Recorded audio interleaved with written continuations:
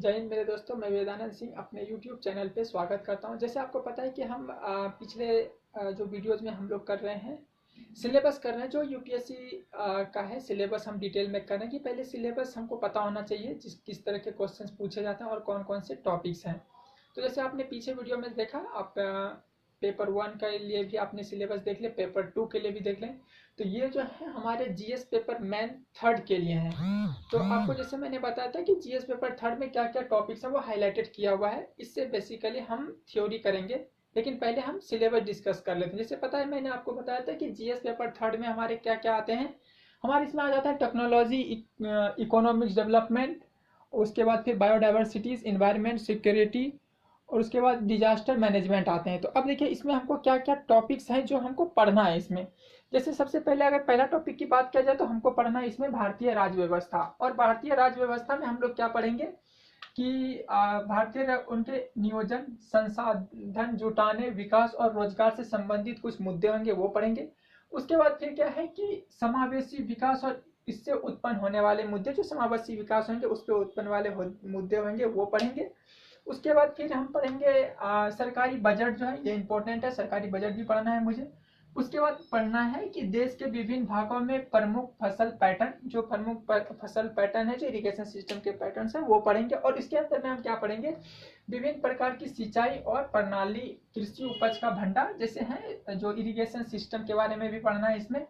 उसके बाद है कि परिवहन और विपणन मुद्दे और संबंधित बाधाएं, ये पढ़ेंगे। उसके बाद किसानों की सहायता के लिए जो ई प्रौद्योगिकी है वो पढ़ेंगे, जैसे कि नए टेक्नोलॉजीज आते हैं वो पढ़ना है। उसके बाद फिर क्या करेंगे, जो है थर्ड फोर्थ नंबर जो पॉइंट है ये है आपके प्रत्यक्ष और अप्रत्यक्ष कृषि सब्सिडी और न्यूनतम समर्थन मूल्य से संबंधित मुद्दे, जो कि हैं हम एमएसपी या जो पढ़ते हैं इसके बारे में ये पढ़ना है हमको। उसके बाद है सार्वजनिक वितरण प्रणाली। और सार्वजनिक वितरण प्रणाली के अंदर हम क्या क्या पढ़ेंगे, उद्देश्य पढ़ना है, कार्य प्रणाली, सीमा सुधार, बफर स्टॉक और खाद्य सुरक्षा के मुद्दे, और प्रौद्योगिकी मिशन, पशुपालन का अर्थशास्त्र, ये सब पढ़ना है। उसके बाद फिर क्या करेंगे हम लोग, जो नेक्स्ट पॉइंट पढ़ना है ये है आपका जो है इसमें पशुपालन का, हाँ ये भी पढ़ना। उसके बाद है भारत में खाद्य प्रसंस्करण और संबंधित उद्योग। अब इसके अंदर क्या टॉपिक्स है, हमको कार्य क्षेत्र पढ़ना है, महत्वपूर्ण स्थान, अपर स्ट्रीम, डाउन स्ट्रीम, ये मैं आपको बताऊंगा डिटेल में। लेकिन पहले हम एक बार सिलेबस को एनालाइज कर लेते हैं। उसके बाद फिर हम कुछ बुक लिस्ट होंगे वो भी आपको सजेस्ट करूंगा। तो पहले सिलेबस हमको पता होना चाहिए। उसके बाद क्या है कि भारत में खाद्य प्रसंस्करण के उद्योग, ये तो हो गया। उसके बाद आवश्यकता आपूर्ति श्रृंखला, ये है। उसके बाद ही साथ में मेरा आएगा इसमें भारत में भूमि सुधार, तो जो लैंड रिफॉर्म होते हैं ये पढ़ना है। उसके बाद फिर क्या करेंगे, अर्थव्यवस्था पर उदारीकरण के प्रभाव, मीन्स इसमें जो है औद्योगिक नीति के बारे में पढ़ना है, परिवर्तन उसमें क्या क्या हो रहा है और उनके विकास पे उस पर क्या प्रभाव आ रहे हैं।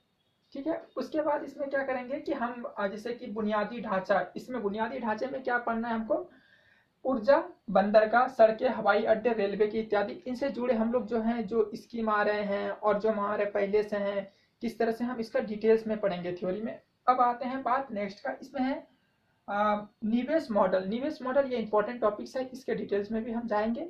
उसके बाद फिर क्या है, विज्ञान और प्रौद्योगिकी में भारतीय की उपलब्धियां, मीन्स साइंस और टेक्नोलॉजी में जो है जो हमारे कंट्री है इनका क्या योगदान है। अब इसके अंदर स्वदेशीकरण, नई तकनीकी विकसित करना, जैसे नई तकनीकी के अंदर आ गए आपके क्या आ जाएंगे, ये आ जाएंगे आपके आईटी, अंतरिक्ष, स्पेस, कंप्यूटर, रोबोटिक्स, नैनो प्रौद्योगिकी, जैव विविधता की और बौद्धिक संपदा का अधिकार, ये पढ़ना है।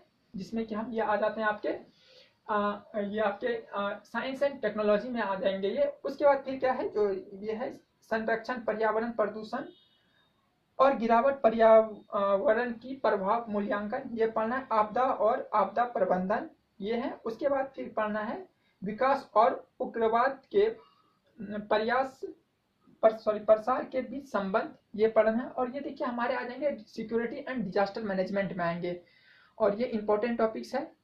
तो देखिए ये एक तरह से आपका शॉर्ट सिनॉप्सिस है सिलेबस का। उसके साथ ही और भी एक दो पॉइंट है तो वो भी मैं आपको दे रहा हूँ। आप इसके बाद हम आपके फोर्थ पे जाएंगे, उसके बाद फिर हम बुक लिस्ट देख लेंगे, उसके बाद हम अपना थ्योरी चालू कर देंगे। ठीक है, बने रहिए।